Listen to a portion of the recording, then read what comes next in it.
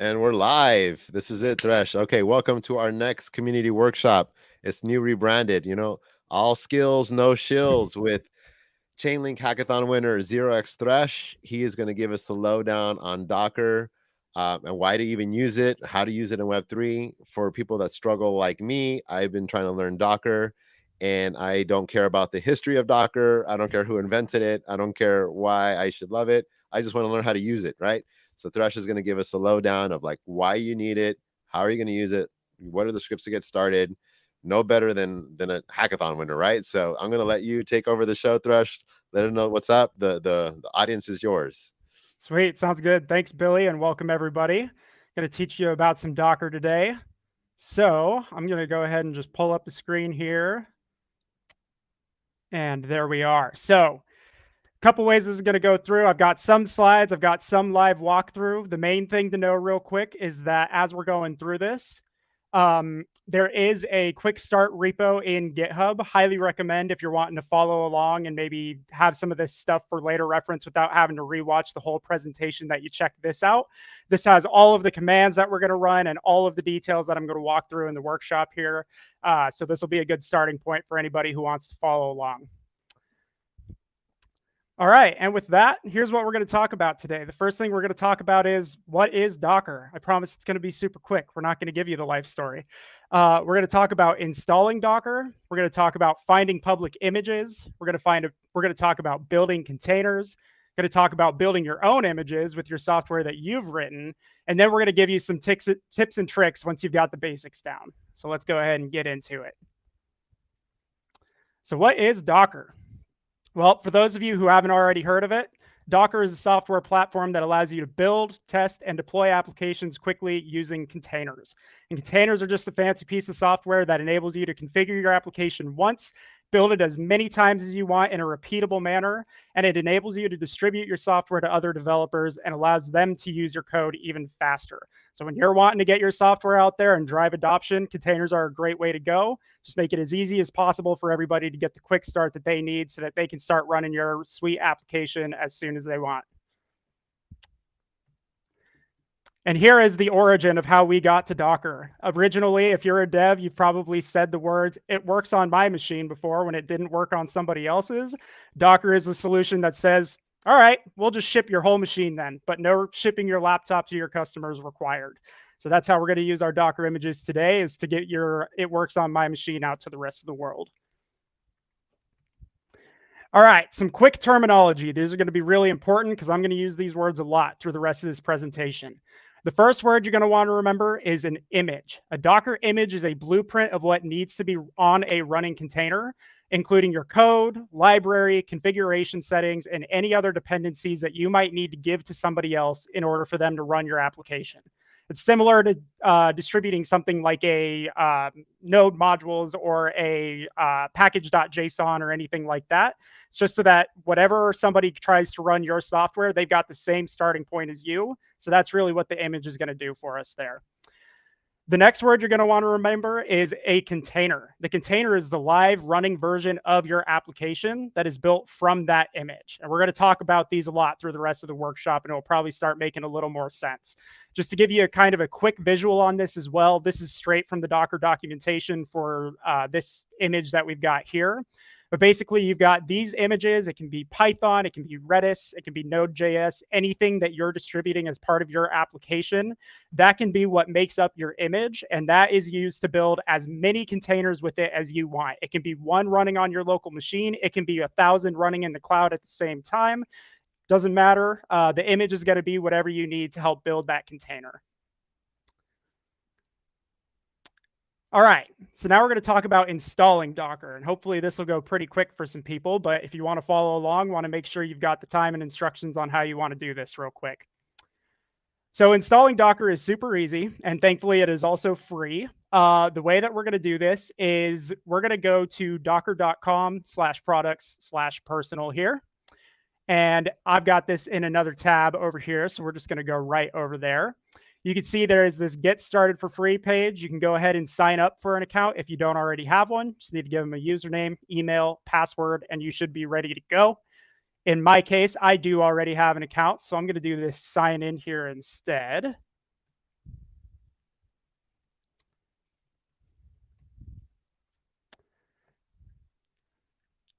All right, and here we are on the Docker Hub page, and you'll notice right away that there is a download the Docker desktop application. We've got options for Windows, Linux, or either type of Mac software or Mac processor that you might have. So just go ahead and click on the one that's best for you, get that install going, and we should be good to go. The good news for everybody is I'm going to do some talking for a little bit now. So you have some time to go ahead and get all that installed while I kind of go through Docker Hub and show you the rest of that. So that should give you a few minutes to let that install run and do what you need to do there. All right, so we're going to talk about finding public images. So a public image is really going to be any software that some specific company or project or anybody else wants to distribute to the public. And when they do that, they post their images somewhere publicly that everybody else can go grab those so that you're able to use their software without having to run their npm install or their pip install or whatever else that you might need to do if you were to just try to run their software directly on your machine. The best starting point for this is always going to be Docker Hub, which you can just find at hub.docker.com. Again, this is the most common place for projects to publicly store images that they maintain. And once you find an image that you want to use, we'll end up using a couple of commands to grab those. You can see some examples here, but we'll show you the rest of those later. Let's go over to the Hub page for a little bit and kind of look through this. So coming back to that same hub.docker page that we were talking about before, you can see there's a few things here. There is a few container images right here on the front page for us, which is great. Bet a lot of you are looking for that Node.js one. We'll be using that later in the demonstration, so we'll get a view of that. But given that this is a Web3 presentation, I'm going to go ahead and start with something that we're probably pulling pretty commonly, which is going to be an Ethereum client. So in this search bar of the top of Docker Hub, we can search for anything, any type of software that we might want to use a container image of and see if they're already hosting something publicly for us, which is awesome. In our case, we're going to use the Ethereum client Go as our example for these next few sections here. And you can see that as soon as I search Ethereum, it's one of the first things that pops up. So I'm going to go ahead and click on this one. And right away, there's some awesome info for us about how to run this container, what it's made up of, and how we can use it. So just to kind of give a quick overview, this container image is what we would use to run an actual Ethereum client, and it's made by the Ethereum Foundation. We see some info about when it was last updated. So they last made a new version of this 25 days ago. And we can see that this has been pulled by developers over 10 million times in their particular case for this top right part.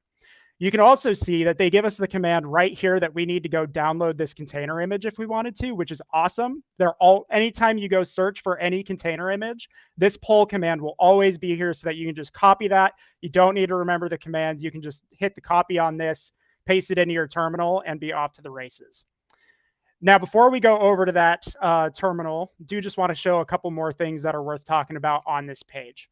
One second, quick thresh. We have a question here that's pretty good on this of like getting started with the Docker, and this is from Nate.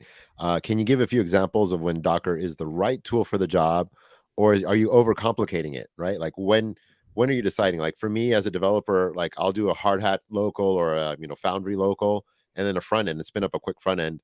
And I'm usually working solo, so like I haven't really had that need. So when do you make that choice of like, oh, I should use Docker or not, in a sense? Yeah, that's a great question. So for me, I tend to default to it, to be honest. And there's a couple of reasons that I do that. The main one is that it is just a little bit something a little more familiar in my workflow. But the thing that it gives you as an added benefit is it prevents you from running into issues where you have 10,000 node modules across 10,000 different projects that you have on your machine, taking up all of this storage in the same packages installed 7 times across different projects. So it does kind of help you keep things a little bit cleaner and easier to clean up later on once you're done with some software, which is obviously really ideal to not be taking up your entire hard disk with that.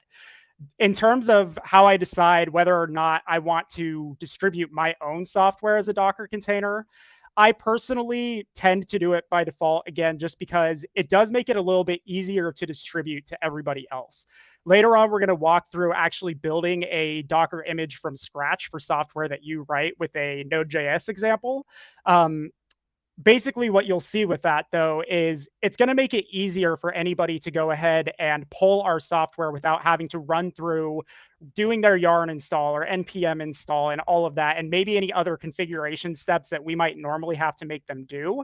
Having it as a Docker image is going to reduce that all of those manual steps down to a single command where we're going to give you a Docker file, you're going to run Docker build with it, and my software is going to be ready to go. So in general, I tend to default to it just because it makes it easier to distribute your software and for other people to run it. There are probably times where it might overcomplicate things. Like if you have a very simple app that, let's say your app is a little command line utility. Maybe that's not the exact best thing to run as a Docker container if it's something super easy for people to spin up. But in a lot of the cases, I think it does make it easier for people to have that available as an option, even if people that you expect, or I guess even if your target audience for your app is people who you expect to be able to, competently run their npm or yarn installs and kind of take care of dependency management and configuration, stuff like that. I'm going to selfishly ask here too. So basically you're saying that I can set up a local hard hat environment with a certain version, create my front end with a certain version, create that Docker, and then that way I only have to download the package once and then just reference it every time I want a new project and just have this template ready to rock.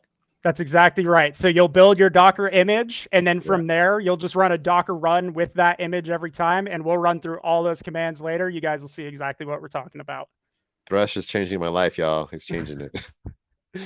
Awesome. Any other good ones to hit for now, Billy? No. We're good. Let's go for it. Yeah, all go for it. Sounds good. So coming back to Docker Hub here and some of the other good stuff to know about this. So this is our landing page. Again, we've got our Docker pull command, a lot of really good info from the project maintainers about their software and what we can do with it. There is one other tab here I want to point out to everybody though, and that is this tags tab here. So there is always kind of a default image that you might want to push out to people or that you may want to pull. In the case of the Ethereum client, they have like a pretty minimal version of the Ethereum client that they assume is going to be good for the majority of their users. The thing you'll notice down here, though, is that there is more images. And the one I'm going to focus in on here is this all tools latest. So you can see that this is significantly larger, almost or over 5 times larger than the base image that they distribute to everybody. This is because presumably this has all of the tools that an advanced user of the Ethereum client might need. And so they do distribute that as a separate image with a separate tag in order for those people to still have that image available without having to manually install all those extra tools on the image themselves. But Ethereum is also assuming that the majority of users aren't going to need these. So why add the extra 5 times worth of storage on their hard disk when there's a very high chance they're not going to need these tools? So whenever you're looking at some of these public images, it is worth going into this tags section and just making sure that you're getting the best container for your use case. A lot of the time in this overview tab, they'll kind of explain the differences, and we can look at a Node.js one as well where they do a better job of kind of breaking down the differences between tags. But just another way of pointing this out is you can see that some of these are for an ARM64 architecture, some are for an AMD64 architecture. So they're distributing these separately just based on what your CPU architecture on your computer might be, just to make sure that you're going to get the best experience based on what image you're going to pull. The other thing that's very nice about this is that you see we still have these Docker pull commands with the exact tag in the format that you would need. So if we want to pull this all tools latest, we're just going to click this copy button right next to that, paste it into our terminal just like we would have with the same pull command on the original page, and we'll get the exact version of that image that we're looking for. So just another helpful thing to know about Docker Hub. There's probably more than one use case, and you should probably check to make sure you're getting the best image experience that you can get just based on what they're distributing. All right, and I think that is just about it for Docker Hub. Real quick, we can just go take a look at the Node.js one as well, since that is another very common one to use. And here you can see on the Node.js image that they have even more tags. Just another example of how to think about this. Here are some Node.js version 20, Node.js version 18, version 16. So they have different versions that have Node.js and NPM already installed for you on this container. So that, again, as part of building your images, you don't have to do that part manually. It's just already going to have that stuff ready to go for you and installed. And you just need to choose basically which version of this matches your project for whatever your code is going to do. So just another one to point out where they've got a lot of different tags and a lot of different functionality that you can pull from here. And we will use this node image later, so you'll kind of get to see what I mean by them making it easy on us with this. All right. And with that, we'll come back over here. I'm hoping at this point people have had a chance to get Docker Desktop installed if they wanted to go ahead and follow along with some of this. So that's kind of Docker Hub, and we're going to start actually running some commands shortly here and getting into it. The other part to talk about with finding public images, so we got through Docker Hub. The next part is actually finding the Docker files on somebody's GitHub repo. So sticking with our Go Ethereum client example there, I'm going to come back to their GitHub. And you can see here in the Ethereum Go GitHub repo, where they distribute the Ethereum client, they do have a Docker file here. And this Docker file is the instructions to actually build the image. And we'll walk through all of that in a bit. But the main thing to note with this is that when you are going through somebody's GitHub, you should pay attention to see if there is a Docker file there, because if there's a Docker file, rather than walking through all of these separate steps that we're going to have to do in order to build the source and do all of these configurations and everything else, we can actually just go down and look for any info on running this with Docker. And it's going to be a simpler process. Here, I've got that in my URL there, so we don't have to keep scrolling. But so here's their Docker Quick Start section in their repository. And you can see they have the exact command here ready to go for us to pull their image, actually run this as a container, and just start our own Ethereum client without having to do any of the manual installation. So that's going to be super helpful. We'll do that in a terminal in just a second here so that you can see what that's going to look like. But just another way to keep an eye on what you can grab from other projects publicly. There's a very good chance that they're going to be distributing a Docker file that you can just pull, get started with without having to do all of the extra config and installation to actually run their software. So this can be great for things like Chainlink nodes. It can be great for things like Filecoin nodes, Ethereum nodes, any other node that you may need to run. This is usually a great place to start, is just go see if the specific project has a Docker file or a Docker image on Docker Hub that you're able to pull from so that you can get that quick start for yourself. All right, and now that we're through that, let's start talking about building some containers from these images.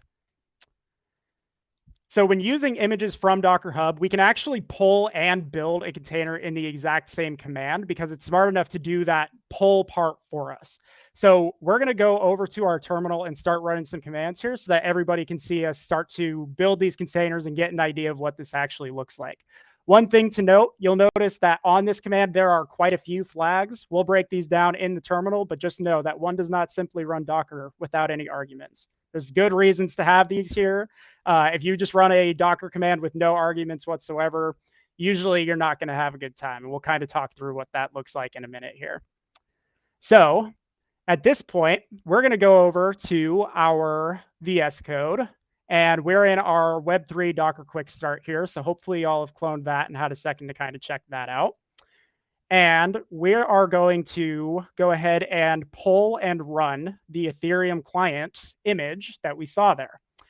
And so if you're following along in the GitHub, this is right under the building containers from Docker Hub section. There's a command kind of right at the top of that.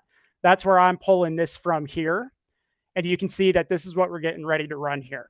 Now, before we actually run this, let's talk about what we're doing here and what each of these flags actually means. So Docker is always our base command that we're going to start with. No matter what, if we're working with Docker, you're using Docker. Docker has a lot of subcommands. You'll see a lot of them throughout the rest of this workshop here. But the first one we're going to start with here is this Docker run. And what Docker run is doing is telling Docker to take a specific image and actually turn it into a running container. That image name is going to be your very last argument. So as you can see here, we have our Ethereum client Go. If you're looking back at Docker Hub, that is going to be a perfect match with our Ethereum client Go that we have on this page here. So when we did our Docker pull Ethereum client Go, that is the exact name of the container image that we're actually going to pull here. Now, again, in this case, this command is going to be smart enough to do the pull part for us if we have not already done the pull manually. So we'll just go ahead and go through that. The first flag to note here is this -d. What -d means in a Docker context is detached.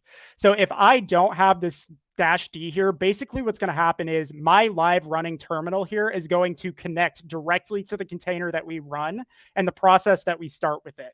In my case, I just want to start the Ethereum node. I don't necessarily want to connect my terminal to it. So this -d flag is just going to make it so that the container is going to run without essentially grabbing our terminal section and forcibly attaching it to the container that we spin up. The next flag that we have here is a name for, and I'm just naming this Ethereum node since I want to know exactly what this is doing. Basically, if you don't include this -- name flag when you do a Docker run, Docker will give a automatically generated name to your container, which is fine. But if you start spinning up 4 or 5 different containers at a time, you're going to start to lose track of which one is which, and you're not going to really know what you're doing anymore. So whenever I'm spinning up containers, I tend to try to give them a name just so I know which one is which, and I'm not losing track of everything as I start to run multiple of these. The next flag we have here, you'll see that we have this twice, is this -p. -p is for port. So I'm sure you're all familiar, like as part of your own software, especially if you're using stuff like Ethers where you need to set like a specific endpoint as your RPC endpoint. You're familiar with setting a specific port to that. You might be used to seeing like 8080 or port 3000 or something like that. That's exactly what we're doing here with this -p flag is we're saying this container that's going to run with this software, I want that container to be listening on this port. And when I forward connections from my local machine to that container port, I want it to be listening on that exact same port. So really what that means is with these two numbers here, the first one is a local port that our machine is going to listen on. And the second port is the port that it's going to get forwarded to on the container. So basically, the container is listening on the exact same port that our host would if we were to start this Ethereum client just on our machine instead. And it just ensures that any traffic that we would normally send to this port 8545 that should be for our Ethereum client, it's going to get to our container that's running that client, and the same traffic will pass through exactly how we would expect it to if the container weren't involved at all. You can see that we've got the -p flag here again. This one is just for port 30303. So we're just passing another port through, no change here. This is just something else that we want the container to listen on. And then again, like we said at the beginning here, this last command or this last argument is just the specific image that we want to pull from when we run this container. So that's kind of the breakdown of this command and what we're actually doing. At this point, we can go ahead and run this, and we should get a live running container once we do that. And if you see an ID like this, it means you're in good shape. You now have a running container that is a running Ethereum node on your machine. This isn't the most perfectly helpful thing in the world, though, because you might be looking at this and wondering, okay, now what? Here's what we do now. So another helpful command to be aware of is Docker PS. And this PS is essentially short for process, and it's going to show us all of the Docker containers that we have running right now. So as you can see here, when we run that Docker PS, we get all of this output about all of the different things that are running on this container. So it's telling us the name, it's telling us the, and I'm trying to clean this up a little bit so it lays out. There we go. That's a little better. So it's going to give us that container ID. This is just the short version of the long ID that it spat out up here above. It's going to tell us what image we spun this up from, which could be another helpful way for you to keep track of which container is which. This is the command that is actually executed when the container starts. So in the case of this, it needed to run the geeth command to start the geeth client. So that's the command that it ran. Here's how long ago we created it. This is how long it's been online. And here are the ports that are getting forwarded as part of our container build. And then lastly, we have the name that we gave the container, which was just this Ethereum node from up above. So that's how we can look at the container that we have running. Now, what do we do with it? Well, can I sneak in there really quick, Thresh? We have a question from Zelworth, and it's basically, I struggle with running Docker with a lot of arguments. Do you have any clean way of using that to make it a little bit easier? So like a long string of arguments. Yeah, to be totally honest, it is one of the harder parts of using Docker is just having to keep track of all of the different flags out there. I did try in the Docker Quick Start repository out there just to kind of give an overview of what all of these flags actually mean and why you need them all. But the honest answer is that it's really good to go to like Google Images or something and find like a Docker command cheat sheet. That's usually been my saving grace because there are a lot of flags that you have to keep up with. And if you don't have some reference for those arguments, it does get a lot harder to work with this stuff. But at the same time, if you don't use the right arguments, you're not going to get the functionality that you're wanting out of it. So I don't necessarily know of any scripts or anything that makes it a whole lot easier, but there are a lot of really great Docker cheat sheets out there that kind of help you build it piece by piece to get the right command put together. We have a follow-up with saying you can use the backslash on there. What significance is that?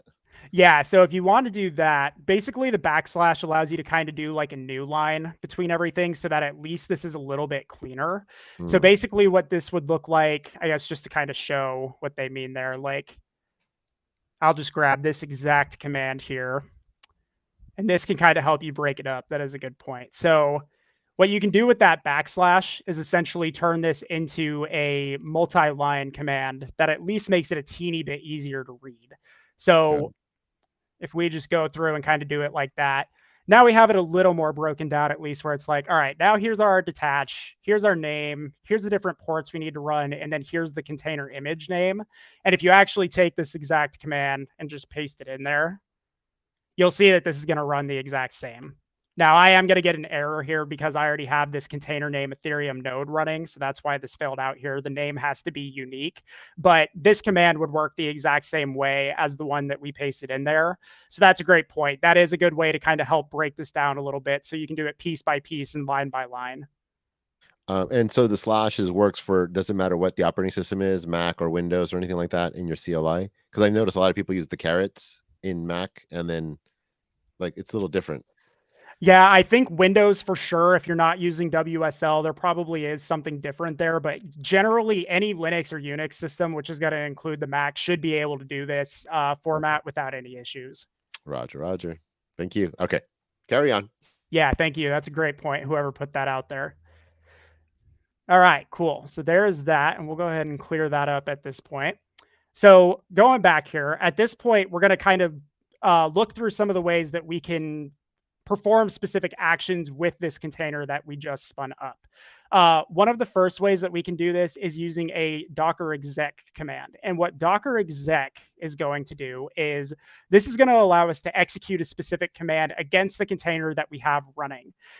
This can be really useful to do things like make sure that a file that you think should be there is written to the system. Or in our case, we're even going to get a full running shell on the system so that we can run a terminal on this and take any actions against it that we would like if this was running on our local machine. So real quick, let's do another quick breakdown of what this command is actually doing. So we talked through the docker exec. We have this -it. This -it is almost opposite of the -d, where -d is saying, I want this to be detached. -I is saying that we want this to be interactive. And what that means is we actually want to connect our terminal to the output of whatever command we're going to run this time. And then the T is also telling it that this is actually for a terminal so that we get a little bit nicer input back from the container. If you don't include the T, it just kind of shows as like a blank and you can't really tell that you're connected to something. But if you run commands, it'll still work. But the T just kind of makes it a little bit nicer of a user interface for you so you can keep track of what's happening. This Ethereum node here just matches up to the name of the container again. So we ran an Ethereum node container, and this is just the name of that. This is just telling it which container that we want to execute this command against. And then our last part here is -bin/shell. Really what this is doing is saying we want to run the bin shell command, which is just basically the terminal that we're going to run on this container. So really what we're doing is starting a terminal that we can connect to on the container since we have the -it. And here we are. You can see that this dropped me into a terminal. And if I just print working directory, actually right now it's just on root, but let's just change the directory to root and do ls-al. And the reason I'm doing that is just because you can see here that here is our .ethereum folder that you would be used to seeing if you were to ever start a Geef client. And if we cd into that, you can see that we have all of the Geef files and folders that you would normally expect to see on any running Geef node. So at this point, we're on the container. We're actually connected to it with a terminal, and we can see all of the stuff that we need to here. So let's say for whatever reason, we were using this client, but we're having issues like sending any of our requests outbound, and we think that it might be because we don't have a key set or something like that. Connecting our terminal to this allows us to actually go through and check all of that and kind of do some live debugging on our container so that if something isn't working the way we expected it to, we have a way to come in here and actually check it out and make sure that everything is in here as we'd expect it to. So connecting this shell to your running container instance is a really handy debug tool. It's also really useful for coming in here and doing things like looking at logs or making sure that your app is actually running with the right command and things like that. So you don't necessarily have to use a bin shell when you're doing exec. You can actually just run any command that you might want. And we have another example of that later on. But this is kind of a quick intro to Docker exec, and probably one of the most useful things to do with it is connect a live terminal to your container just so you can see what's going on in there. So any questions about that part? So far, looking good. I think we can keep moving. All right, sounds good. So one other helpful interaction command to know for your Docker containers. Getting a full shell on it is useful, but sometimes you actually just want to connect to the process. So like, let's say you have an Express server, which for the non-JavaScript people is just a simple JavaScript web server that you can run, and will be in our example later.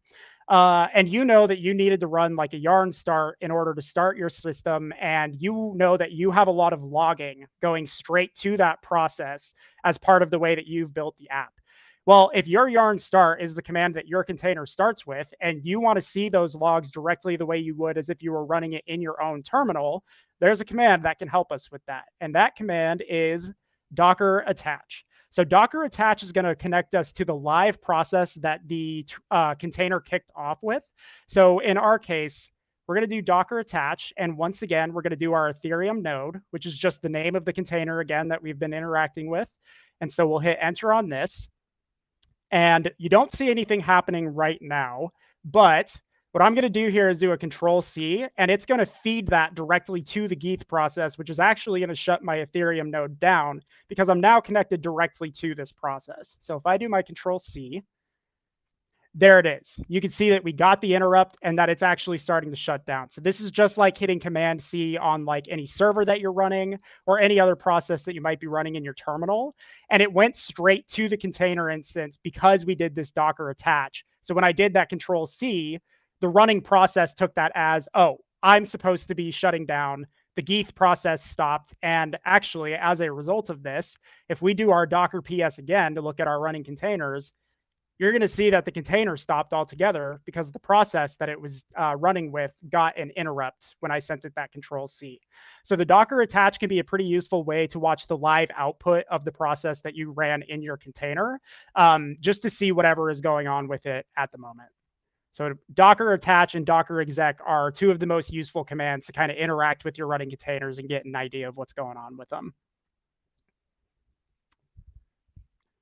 All right, and I think at this point, we are good to move on to our next section here. So unless there are any other questions worth hitting, we're going to talk about building containers from a Docker file. So with this one that we had over here, we were just pulling directly from the Docker hub using this Ethereum client Go in order to pull from Docker Hub, get the image that they're hosting publicly there, and kind of run it that way.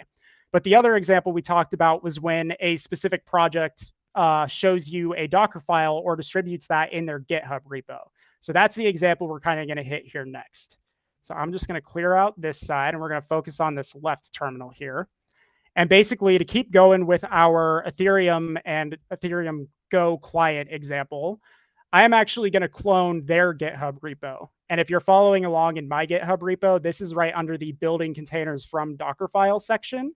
And there's a 4 command section here that we're going to run through. I'm just running the first one here now.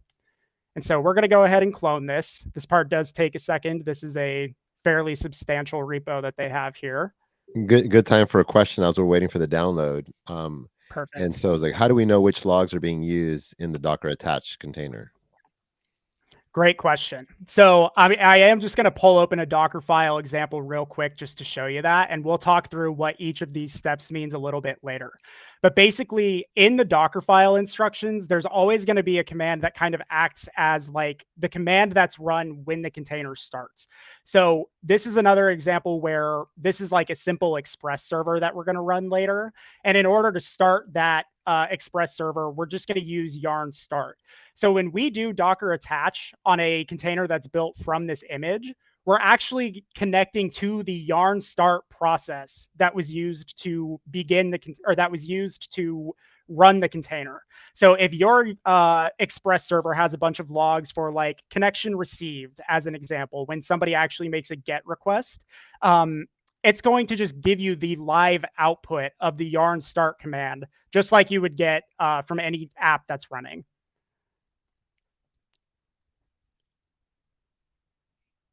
And then is this kind of root logs?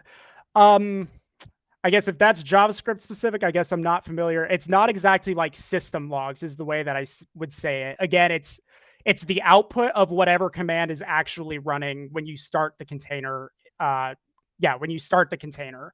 So whatever this entry point command is, it's basically just attaching you to the live output that's coming from that command. I'm just gonna say, Thresh, you're blowing my mind with all this knowledge, dude. I'm like, yo, this is exactly what I'm looking for. So like, kudos. Just keep going. This is dope. Yep, glad to hear it, man. All right, so we have cloned our GitHub repo and we are ready to go here. So I am just going to CD into that. And sorry, that is Go Ethereum here. And then following along in that same section, there are those 4 commands that we want to run. We've done our git clone and our CD. Now, before I run this next one, I do just real quick want to show that here is the Docker file inside this Go Ethereum repository here. And you can see that this next command is a Docker build. I'm going to put a period -t geef. All right, let's break this command down again for everybody. So now we're running a Docker build with the subcommand. And what build is going to do is it's going to take a Docker file, the specific type of file, and it's going to turn it into a live image that we can then use in our Docker run command to create a container based on the image that we build from these instructions in the Docker file here.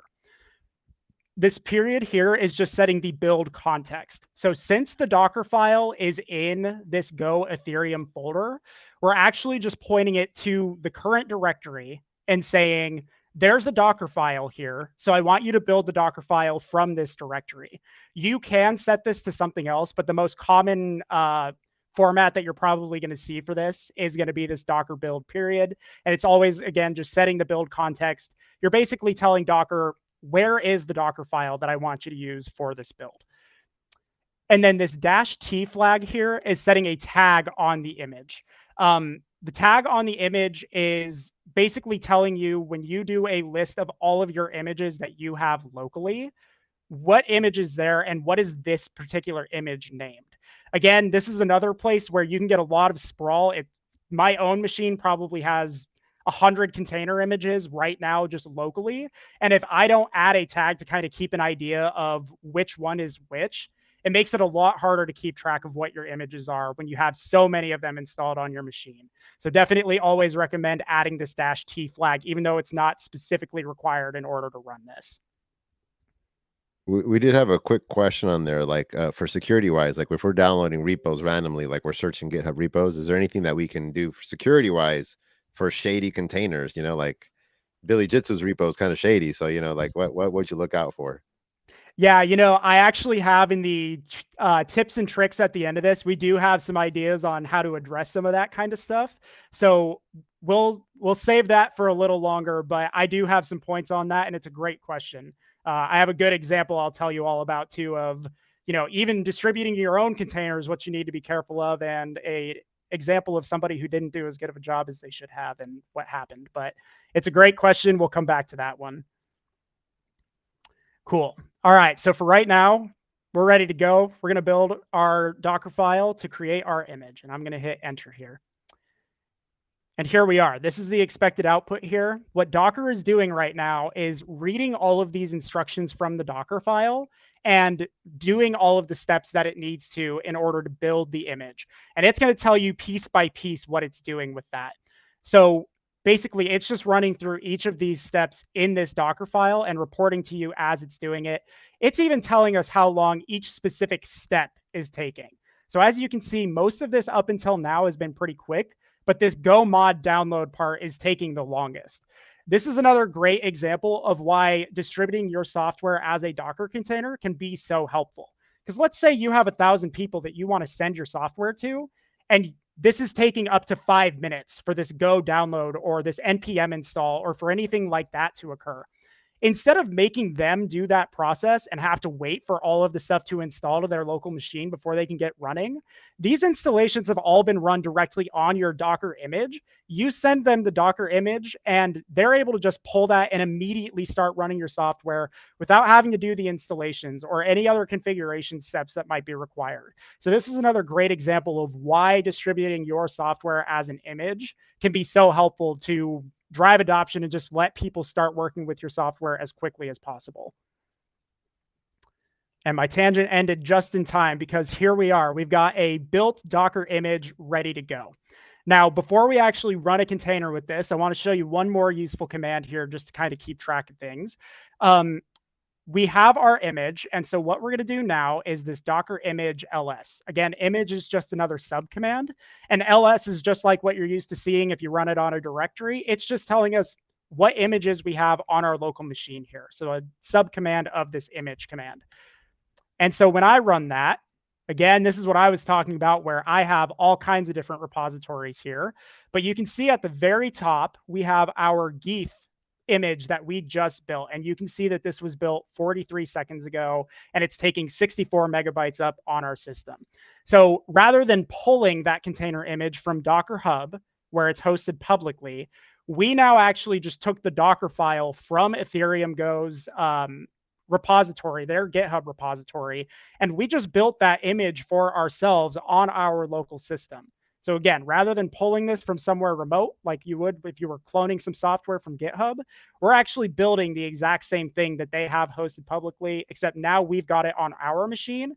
And if we wanted to make any modifications to their Docker file in order to better suit our needs for what we need our Ethereum client to do, we could absolutely do that, rebuild the image, and run the container with whatever steps that we need in addition to what they would normally do. But again, that Docker image ls is just going to show you everything that you've got installed locally here, and now you're good to go.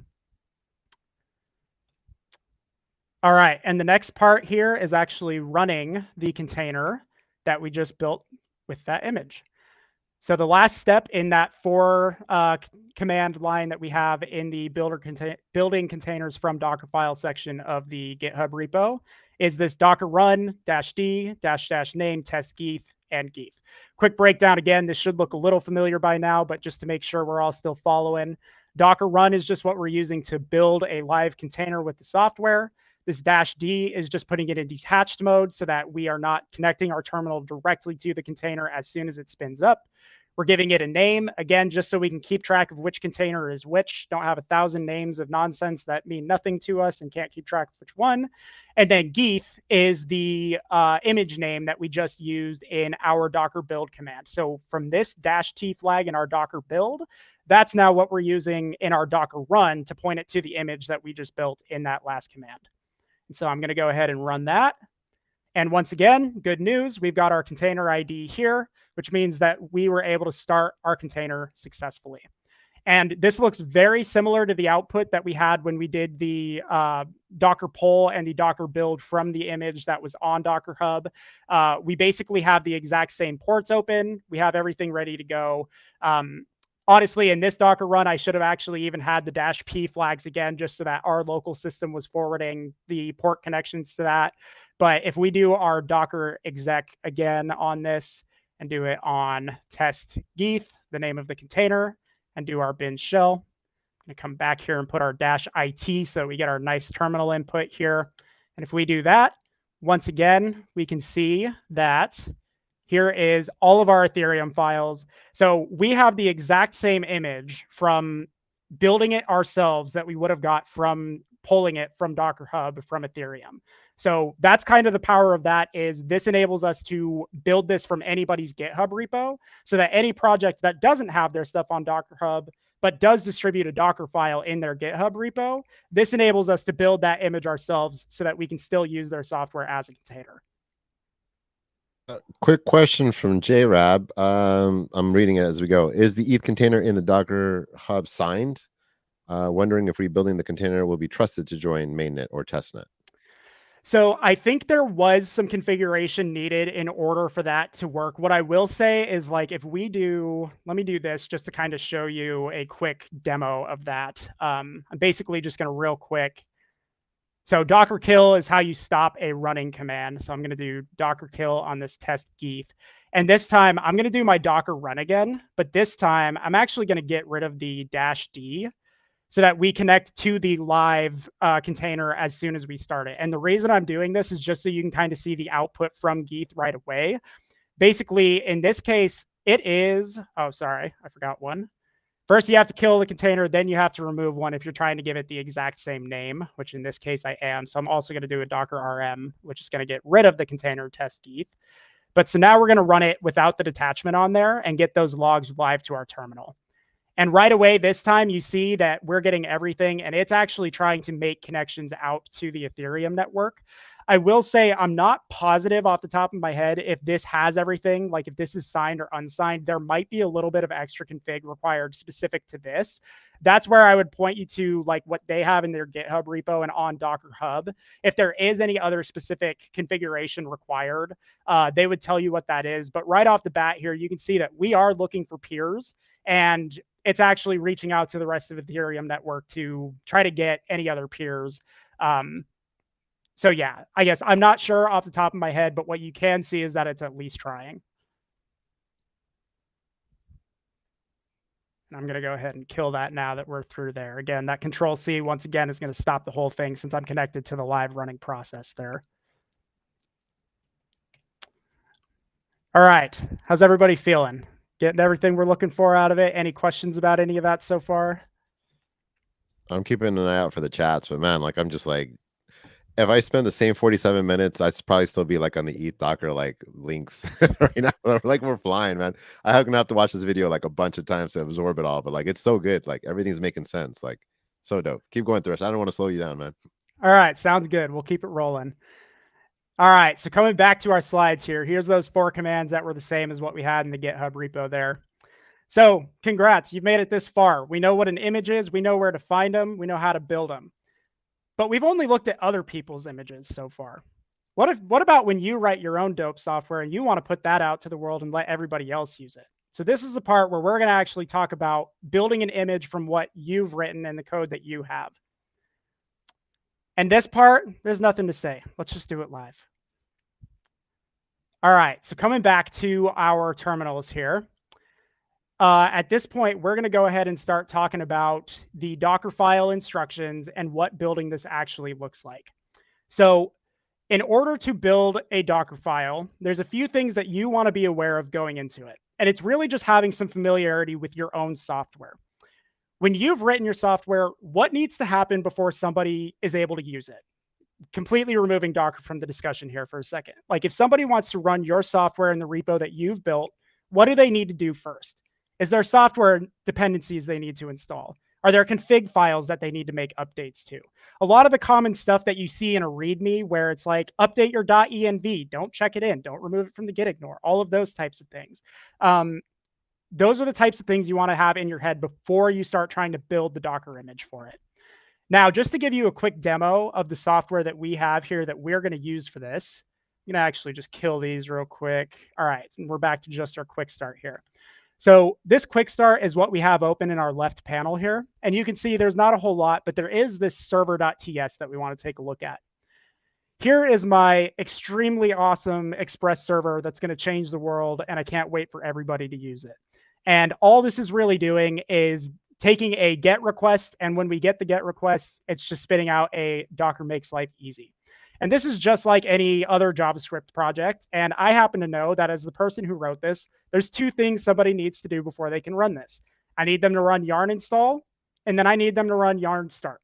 So the first thing we're going to do, just like we would with any other project, is I'm going to do my yarn install. Given that I've been playing with this for a couple days, you can see I've already got everything there, but your yarn install might take a few seconds just to get everything it needs. Not a ton of packages in here, so hopefully it's pretty quick. Now that I've got my dependencies, I'm going to run my yarn start. And as you might be used to seeing with any other Express server, there it is. It's ready to go. It's listening on port 8080. So I'm going to go ahead, just to make sure that I know this is working correctly, I'm going to go curl this on localhost port 8080, since that's where I'm running my web server right now. And there we go. Docker makes life easy. Couldn't have said it better myself. So that's our running Express server. That should be, it's just like any other software that you might run, whether it's a Flask server in Python, whether it's like a Lens or a Chainlink external adapter, like whatever it might be that you've written. We're just starting this the exact same way, and we're going to kind of feed that instruction right to our Docker container now. So at this point, I am going to kill my web server there. And we're going to start talking about what's going to happen in the Docker file in order for us to get this exact same output, but in the container instead of on our local machine. So in this Docker file, you can see there's a handful of instructions here, and we're going to go line by line through these. The first thing I'm going to advise everybody of, if you're using Docker consistently, there are a lot of good plugins, especially for VS Code. I'm sure IntelliJ stuff probably has all of this as well. But if there is a Docker extension out there, definitely download it. And you can see I've got just the regular Docker one installed right there. So definitely grab that. It's going to make your life a lot easier. And I can show you exactly what I mean by that. So here are all of these Docker file instructions. And when I'm hovering over any one of these instructions, thanks to the plugin, I've got the live info straight from Docker's documentation about what each of these instructions is doing, which is extremely helpful because, to Billy's point at the start of this presentation, Docker's documentation is very hard to read. It's very hard to get the info that you need. It's extremely informative and in-depth, which is great, but it's so hard to read. And I say that as somebody who's been dealing with these for a long time. And I saw the comments about someone saying this is amazing. Thank you so much. I'm glad it's helpful. So now that we've got our extension installed, let's go through these instructions. So the first thing we're doing here is we're saying from node 1620. What does this mean? Well, the from command sets the base image for us to use for subsequent instructions. What that means is that we are pulling this node 1620 image as our starting point. And I can show you exactly what we mean by that. Once again, if we go back to the Docker Hub, here is the node image. And somewhere in here that I'm not going to try to find the exact one, but here's close enough, right? There are these 1620 images. And what that is doing is pulling node version 16.20 and installing all of its dependencies. We're pulling the image that has all of this stuff installed already so that I don't also need to go through the process of trying to install NPM and Node and Yarn and all of these other tools that I might need in order to enable somebody to use this container.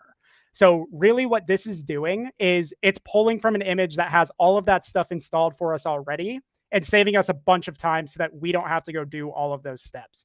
So pulling from with your Docker containers is usually a very good idea. The question is okay to deploy on Docker desktop? Absolutely. I personally am used to the CLI flow, so that's what I use. You do see that I do have a Docker desktop over here.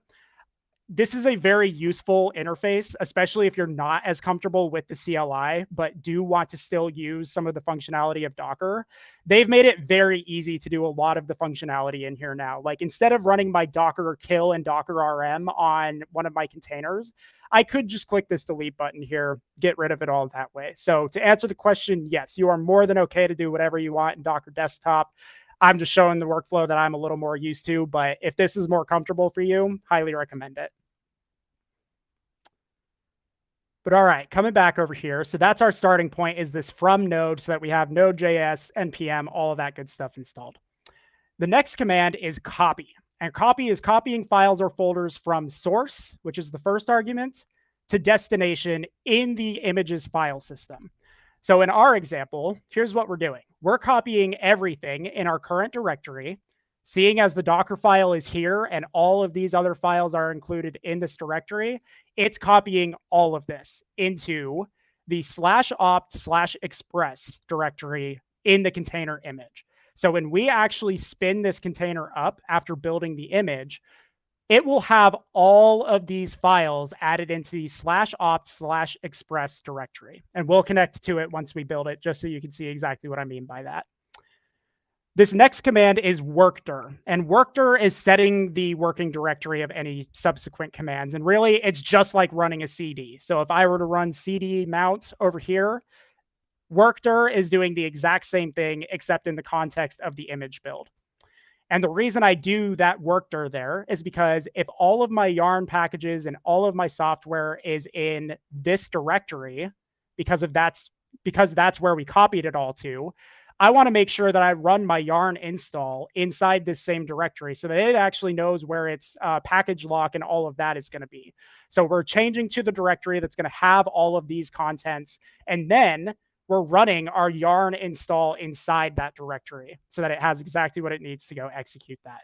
And that's really all this run command is doing, is just running whatever command that you want it to. So in our case, we had 2 steps before somebody could start our software. It was a yarn install and a yarn start. So this is meeting the requirement to install those dependencies inside the image so that anyone who spins a container up from it already has that stuff installed. They don't have to sit there and wait for it. This next command here is expose 8080. What expose does is actually make sure that the container can listen on the port that we set. So in our Ethereum client example earlier, we were passing the -p flag for port 8545 and 30303. In order for us to actually pass traffic to that port, that Docker file that we built from would have needed to have those 2 ports exposed in the Docker file. And in our case, since we have an Express server that's listening on port 8080, we want to go ahead and expose port 8080 on the container so that when that traffic gets sent to that container on port 8080, it's already listening for it and it's expecting traffic on that port. And then our last instruction here is the entry point. The entry point is the command that's actually going to run as soon as we start the Docker container. So this is the second part where now we did our yarn install earlier, but now when somebody starts our container, we want it to run yarn start. And that will start up the Express server and let that container be ready to go, listening for web requests. A quick note about the syntax of this. You're going to notice, obviously, that it's a little different from this run up above. And you might be wondering, why does entry point need to be like this, whereas run is like this? I do forget off the top of my head if this is like a strict requirement to have it laid out like this. But basically, entry point has, like, there's a syntax difference that allows Docker to kind of handle some of this better in the background. And that's really the reason for this syntax change here. And you can see when you hover over the instruction, it does give you this exact same format here where it has the brackets and then a quote for each of the things that you want to run with a comma between any of the different arguments. So without getting into the semantics of why that is, because to be honest, I even forget off the top of my head, just be aware that entry point has a slightly different syntax here. And you just want to pay attention to that whenever you're setting the entry point command that's going to run when we start that container. Quick question on this for the copy. So the dot is basically the root, right? Like you're at the root. So if Docker file was in a subfolder somewhere, you'd have to do like a / or a / to get out of there in that path. Yeah, exactly. So like this copy, like let's say for whatever reason, we just wanted to copy source where our server.ts is, right? Yeah. So what we would actually do in that case is we could just do /source. And to just give an example of what this actually looks like in this command line as well, this /source, if we ls that, that's our server.ts as the contents. So really, it's just like running an ls, or like it's the exact same thing that you would see on your terminal. So really, when we're doing this copy with the period there, it's just saying all of the contents of this directory that we're running this from. That's what we want to copy into this remote path that we set here. And any specifics on that remote path, being that it's OPT and Express, like is that just the default path, or that's something that you just came up with for OPT? So opt is kind of like one of the standard locations to install software like on a Linux system. I'm a Yeah. sysadmin guy, so whenever I'm installing special stuff, that's usually my starting point. This Okay. can really be anything though. Like if you want to set it as like the root user, like just put it in the /root directory for their home folder, you can totally do that too. There's not a ton of specific designation on what you should set this as. The only thing is just make sure that it's somewhere that you're going to remember, because there's a very good chance that later in these instructions, you're going to need to reference that.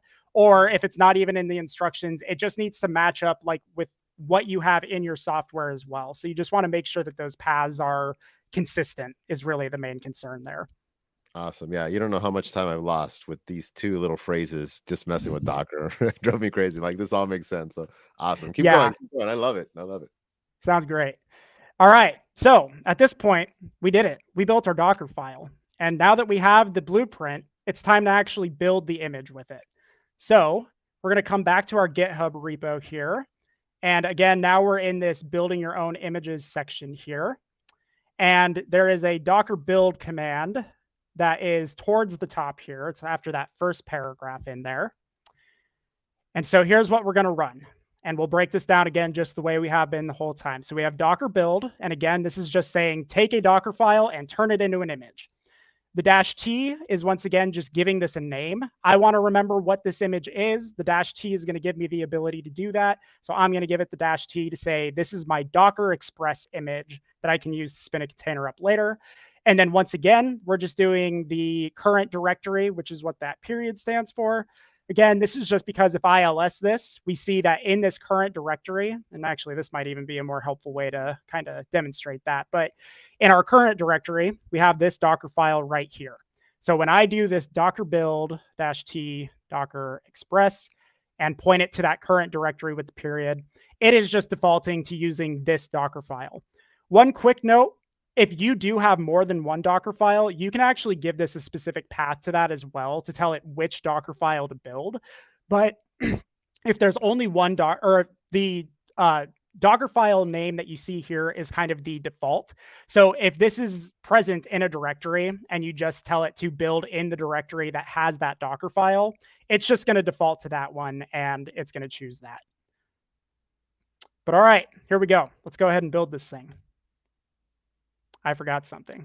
Docker build would be helpful in front of the -t there. Knew I couldn't get through the whole thing perfect. All right, and just like we did with the Geef node earlier, we're going to run a build.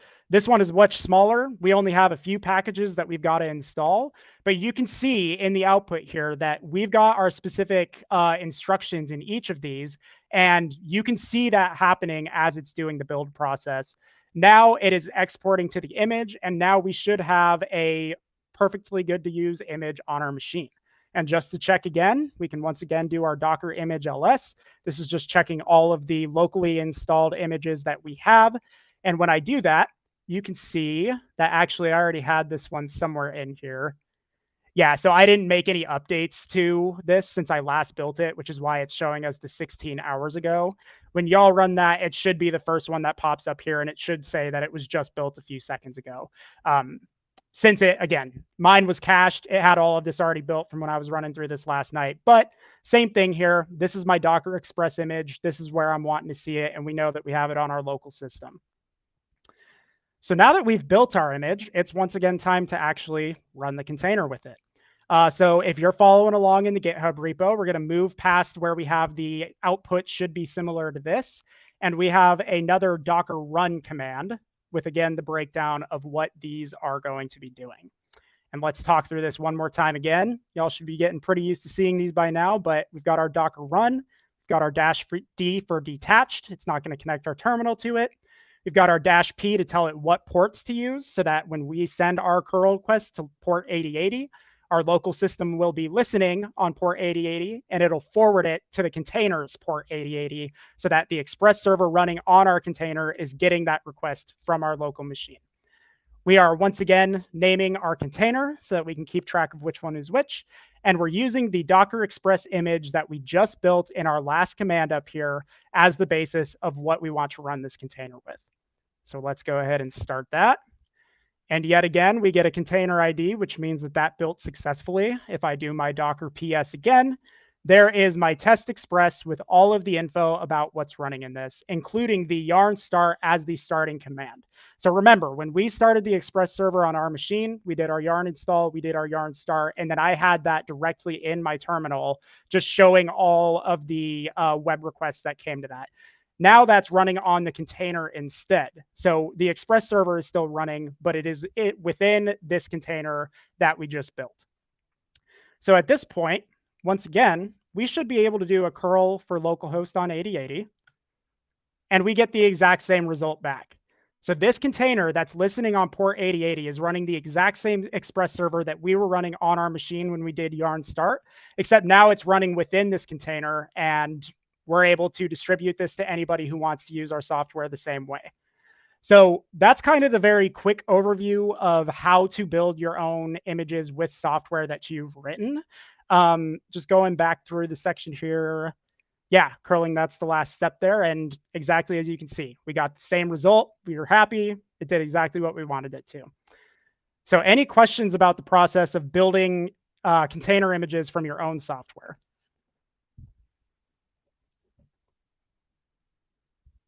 This is great. Glad to hear it. Hope it's helpful. I think cool. we have no questions. We're moving. Like, this has been so awesome, Thresh. Like, I'm like, wow, I got to like go through this and like just build my own as well. I'm gonna probably build like my own hard hat like environment. It's so dope, and just have like a nice little Docker sesh. Yeah, for sure. And again, the quick start repo from this as well. Like, if you don't, for any of you who aren't the video types, I know personally I am not myself. The GitHub repo should have the vast majority of this. There might be like a missing Docker PS and some of that basic type of stuff in there. But for the most part, the commands that you need to get all of this stuff running and the descriptions that you need to run it should all be there. That can hopefully be a helpful starting point for everybody, even after this is finished. But all right, let's take a quick breath, everybody. We've got a lot that we went through, and the last step that we're going to go through is some extra tips and tricks to help you go even further with Docker now that we've gotten through the basics here. All right, coming back, here is our tips and tricks. And I have not forgotten the security question, and we're about to get to the point where we're going to talk about that. Before we get there, tip number one, name all the things. I've been harping on it the entire presentation, and I'm going to harp on it again here. If you don't name your images when you do a Docker build -t, and you don't name your containers with the -- name when you do a Docker run, it's just very easy to lose track of all of the things that you've built. It might not seem like that big of a deal when you've only got that one image and that couple of containers that you've built so far. I can tell you, though, as somebody who uses this in my workflows all the time, my image list is a disaster, and I'll show you a screenshot in just a second of what this starts looking like. But image tags help you keep track of the names just to know which image is which. The other thing that we didn't really do in the presentation, but we did kind of point out in Docker Hub, is you can use that -t to specify more specific tags as well. So this is kind of a good example if we go back to the Docker Hub here for Node. Where there is that latest tag, there's also these other tags. So just to kind of show a very quick example of what that would look like, if we were doing our Docker build for Docker Express, basically, if we had made some change to this, where let's say this is running now with Node.js 18 instead of Node.js 16 like we chose, we could actually put a colon here and do a Node.js -18, just as an example. Now we still have our same Docker Express image name, but we're giving it this extra tag to help people know which exact version might be the best fit for them. So again, coming back to Docker Hub, you can kind of see what this looks like. And you can see here that this Docker poll node :slim is that exact same format. This is the specific tag that gives you an even better idea underneath that image name of what a specific version that image is. So that's another way that you can kind of further break this down. If you have multiple versions of the same image that you want to give to people, this is kind of a helpful way to do that, just to give people the different versions an idea of what they might be running. So that's one thing to keep in mind for your images. And then with your container names, again, -- name flag. If you don't do that, if you don't do that, all you're going to get is the container IDs like this. And again, it starts getting pretty hard to keep track of what's what after you've got about 10 of these running at the same time. So tip there is just name everything, keep track of your stuff. Later you is definitely going to thank you for that. Here's what it looks like when you run a Docker image ls when you don't follow my advice there. This is a disaster. I don't know what the vast majority of these are. And look at how much space they're taking. I'm wasting gigs and gigs and gigs with these images, which you can see on the sides with the size flag over here. I'm wasting multiple gigs of file storage, and I have no idea what all of these even are. So this is why you want to do that Docker build -t, because otherwise you're going to start looking like it's on my computer, and you definitely do not want that. So use that -t flag, keep an eye on your stuff, and name all the things. The next trick is use .docker ignore to reduce bloat. All right, coming to the security question. Let's talk about Docker security. When it comes to downloading any images or when it comes to downloading public images, you do want to use the same amount of caution that you would with anything else. Just like you shouldn't necessarily like blindly clone a GitHub repo and immediately feed its setup.sh into your bash with, running as root without any idea of what it's doing. Same thing is true for a Docker container. Maybe get some idea of what's going on there first, do just a tiny bit of due diligence, and make sure that they're like the official images from Docker Hub as well. Something else that you can keep an eye on there is like this Docker official image. So when this comes to Node, always be looking for these. If you see a Node lookalike, but you don't see like Node actually in your URL and you don't see this Docker official image, that should be setting some red flags off for you where you're thinking, maybe this isn't the container I'm looking for. I should double check. This is the same thing too, where it's like, maybe don't click the link that just got sent to you randomly through Discord. Same thing applies here. Like if you get a really random Docker Hub link that has no verification, there's like no downloads on it, it looks super sketchy, you're probably right. It probably is sketchy and you probably don't want to run it. So I didn't have that in the presentation, but it's a great question. There's a few things to keep an eye out for when it comes to downloading your own images from public sources. While that's one side of the security story, the other side of the security story is what you're publishing. Just like you shouldn't be adding your .env to your public GitHub repo, you also want to be careful about what type of stuff you're adding to your Docker images. Let me tell you a story. There was a Docker image that was posted for Vine, which was the old school TikTok back before TikTok was a thing. Twitter bought it, all of that.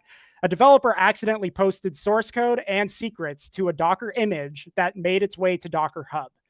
Everybody was able to go clone that image and create containers from it, and they essentially had a breach. That information that was supposed to be private to Twitter was now public to the entire world. So one thing to keep an eye on is when I'm building an image and actually posting that to Docker Hub, if I go that far with it, what am I posting and am I being careful about what I'm putting in there? The best way to make sure, yeah, me too, Captain. Every time I say Vine, I'm like, oh man, that's terrible. So every time you have or I guess let me start over.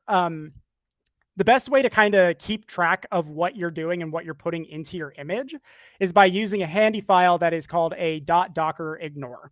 This docker ignore really does two things for you. It's just like a git ignore, first of all. Like, so you can think of it the exact same way. It fills the same type of function, but it helps you prevent bloat on your images. It helps you prevent adding a bunch of stuff on your image that doesn't strictly need to be there just from a bloat perspective, so that you're not making your images run slower or take up too much disk space when they don't need to, stuff like that. It can also help you make sure that you are not adding secrets or anything that you don't want in that image as part of that as well. So if we go back to our repo here, we have a .docker ignore. And we haven't touched on this yet, but I'll show you all what this all is here. So this format is going to be exactly the same as what you're used to a .gitignore, like I said. The thing to note about the difference with the .docker ignore is that what this file is really doing is it's keeping an eye on your instructions. And we have this copy command. And when we ran that copy command as part of our image, we copied all of the contents of this folder and we put them in this location on our image. What this Docker ignore is doing is saying, hey, you can copy everything from this directory, but anything that I have specified in this file is not going to be copied into the image. So a few examples. We have our .git as part of this repo. That is completely irrelevant to what's running on the container. It doesn't need to be there in order for the container to run. So instead of including all of this info about my branches and all of the things that I have on my GitHub repo, we're just going to Docker ignore it, and it's not going to get included in the image, again, because it just flat out doesn't need to be there. Same thing with the .git ignore. It's not helping anything. The yarn lock and node modules, this stuff kind of could be up for debate. There might be cases where you actually would want to include this in your image just so that anybody who runs it has the exact same packages and starting point. In general, though, I tend to think that maybe it's not the best idea. We're already going through the process of like installing everything that's needed as part of the Docker file. So in this case, I just went ahead and included those in the Docker ignore and didn't add them. There may be cases where you actually want to include these in there, though. So kind of a case-by-case basis to think through on what you would want to include in here. So that's kind of the overview of the Docker ignore and what that does. Again, it's just to kind of help you reduce anything out that doesn't need to be in there and maybe exclude files that have secrets as well. Just to show you all too, I have this /mount folder and then this .env. I'm going to commit a cardinal sin and show you the .env because it is definitely not a real password. So I promise I'm not putting my wallet key out there for you all to get all of my stuff out of there. But let's say you have this .env and it does have a private key to a wallet because you need to build a signer in Ethers and you need to be able to submit transactions as part of your code. You don't want to include that in your image if you're going to push that image up to Docker Hub and have that be publicly hosted. So this Docker ignore is really targeting this .env within this .mount. But if it was just a .env in this same exact folder, same thing. You would just specify the .env folder, .env file in your Docker ignore, and it'll make sure not to copy any of those files into that container if that's not an intended purpose of that. So Docker ignore is definitely your best friend. I would recommend do Docker trust sign for images one makes public, but make sure you harden the image, limit your exposure/liability, and add an open source license. I agree with everything in that statement 100%. That's just a lot of extra ways to help make sure that your image is even more secure. People know that they're actually getting the image that they expect. You're hardening your image, again, making sure that secrets files don't end up in there is part of the hardening process. And adding an open source license for sure, something you always want to do for anything that you're actually going to put out there publicly. That does actually bring up a good point about the checking your containers and what you're installing locally. When they're saying sign your containers, what they really mean is create a hash of the contents of your container, which is what that Docker sign command is going to do. You'll notice here when you're looking at the Docker Hub that there is this digest. This is what that signature actually is. So this is another way that you can check.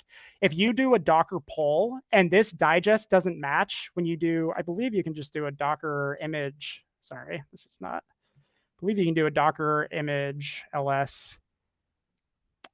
I'm forgetting the exact way to check, but there is a way that you can check the actual digest on this as well, just to validate that the signature that you have on the container that you've downloaded is the same as the digest of the container that you're trying to pull from remote so that you know you've actually gotten the exact container image that you expect.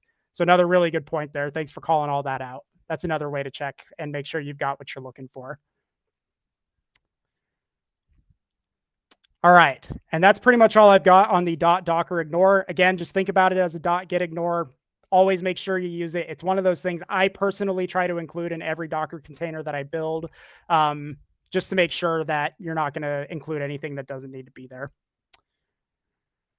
All right, our last trick, mounting local directories in a container. There are a few different ways to do this. I'm not going to get into all of the information about like the different types of volumes that Docker provides and all of that. We're going to focus on a pretty basic use case here. It's possible to mount directories on your local file system in a container so that the container has access to them. This is another place where, specific to Web3, I think this can be pretty useful. Let's say you have that folder with a .env or your .ethereum client if you're running that locally, anything else that might be a secret, and you want it to be inside the container image, but you don't want to copy, or sorry, you want it to be in the Docker container that's running so it has access to your secrets. but you don't want to include it in your image so that when you push your image out, everybody who clones that doesn't have access to it. Mounting local directories can be a good way to kind of solve that problem. It can also just be super convenient if, let's say, you have a piece of software that like makes a bunch of edits to an Excel file and you don't want to copy that file in, you just want to mount it from your local directory. That's another use case that might be really useful to just use a mount in that case and kind of run it that way. So we're going to go back to our command line here, and I'm going to clear all this stuff out. And if you're still with me and following along in GitHub, this is close to the very end here. This is in the trick mounting local directories in a container, and it's the first of 2 commands that we have there. And I'm copying directly from that myself. And this is going to look pretty familiar to you at this point, but there's a specific flag that we need to point out here, and it's this -v. -v is for volume. And we've talked about how you take something from local and move it into remote, and anything on the other side of this colon is usually going to be the remote, right? So just like here with our port, we have port 8080 on the local side. On the other side of the colon is the remote side, where we're going to actually put that once we, or what port is going to listen on the container. Same thing here.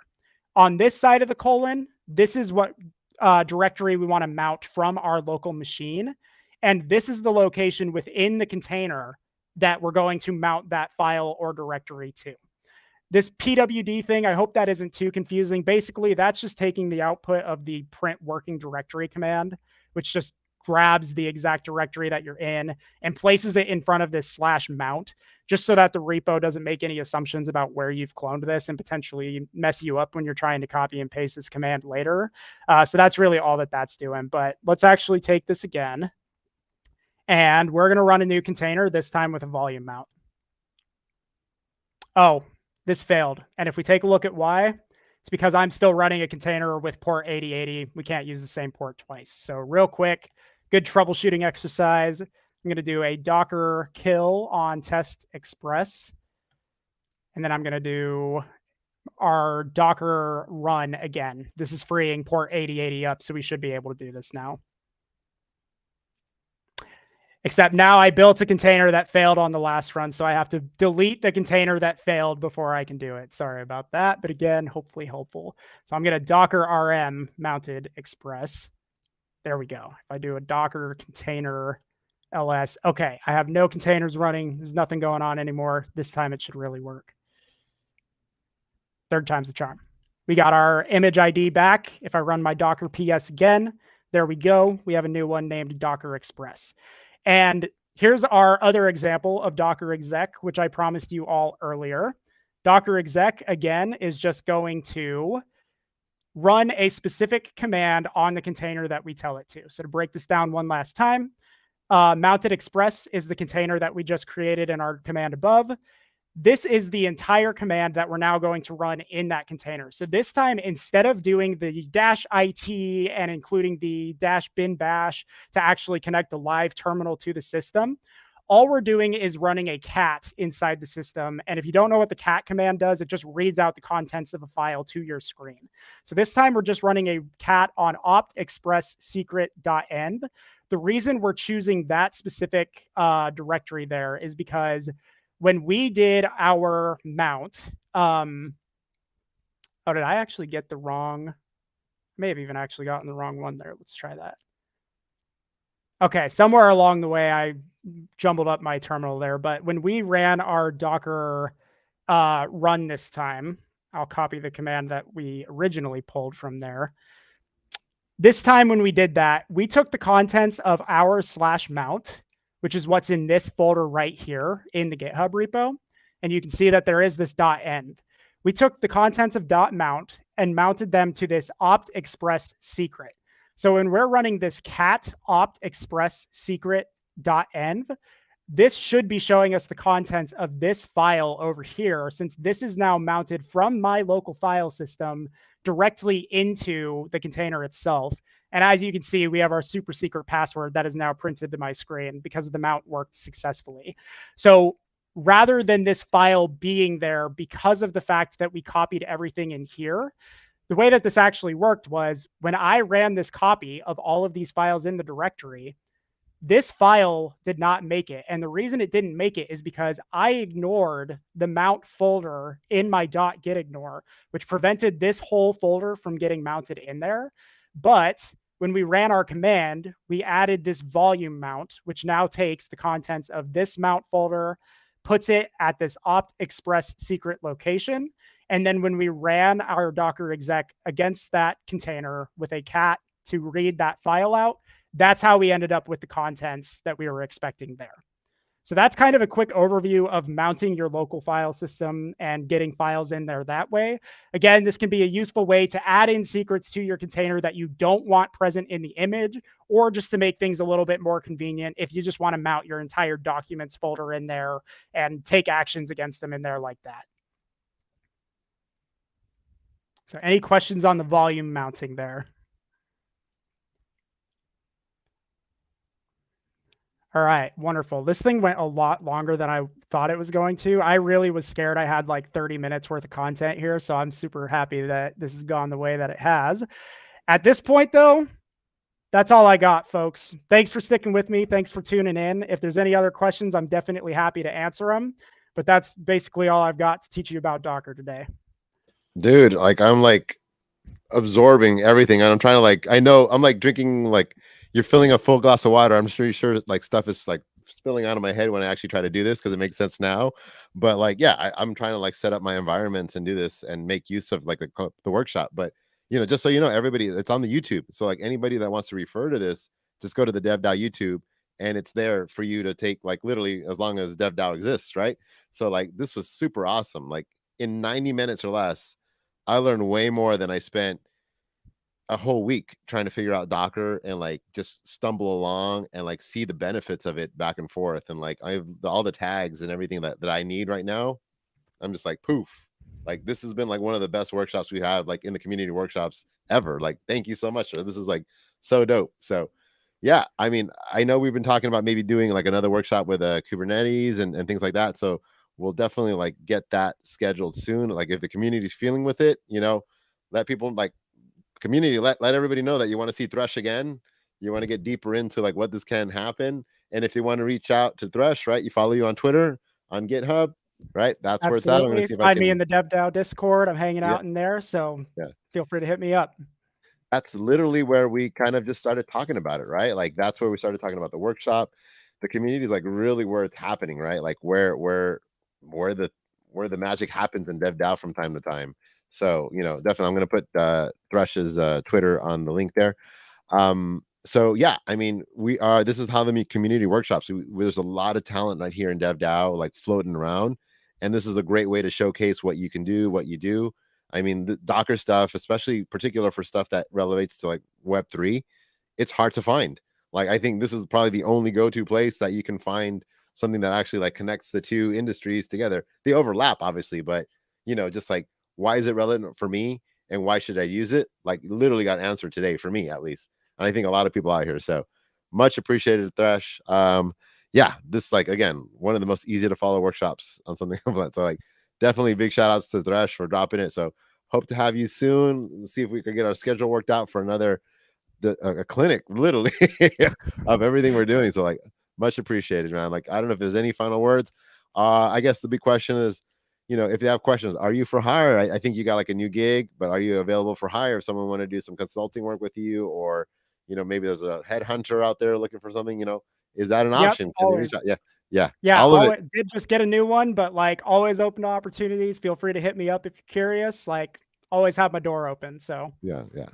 And Thresh is such a such a cool guy just to hang out and chat, like just with the VC5 chatting. So like it's always super cool just to like hang and shoot the shit, honestly. So, it wasn't always Docker talk, but it was like, hey, I do Docker. Like, whoa, I'm looking for someone that has Docker. And it just, with Jaja Blinky, it kind of just started, right? Like that's just how it went. Like one workshop led to another, and like whatever the community is asking for, that's what we're trying to deliver, right? Like Docker's never going to sponsor DevDAO to do a workshop, but how lucky we have Thresh to like be able to show us the ropes. And like I'm ready to start. So like I'm gonna say like within a week, I'll probably hit you up and get my Docker like, hey, it doesn't work. I'll definitely hit you up.